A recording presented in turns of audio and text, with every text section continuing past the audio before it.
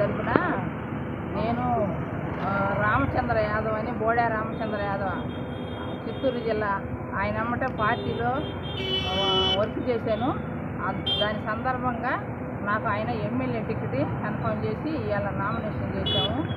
ఆ పార్టీకి అండదండలుగా ఎన్నాళ్ళైనా నేను కృషి చేసేదానికి సిద్ధంగా ఉన్నాను. నాకు ఎమ్మెల్యే టికెట్ ఇచ్చినందుకు ఆయనకి మరీ కృతజ్ఞతలు చెప్తున్నా.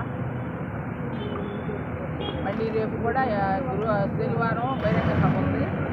ఇక్కడే అద్దంకిలో సింగరకొండ రోడ్లో పెట్టబోతున్నాము. వస్తారు అందరూ. బహిరంగ సభకు కూడా అందరూ అటెండ్ కావాల్సిందిగా కోరుకుంటున్నాను.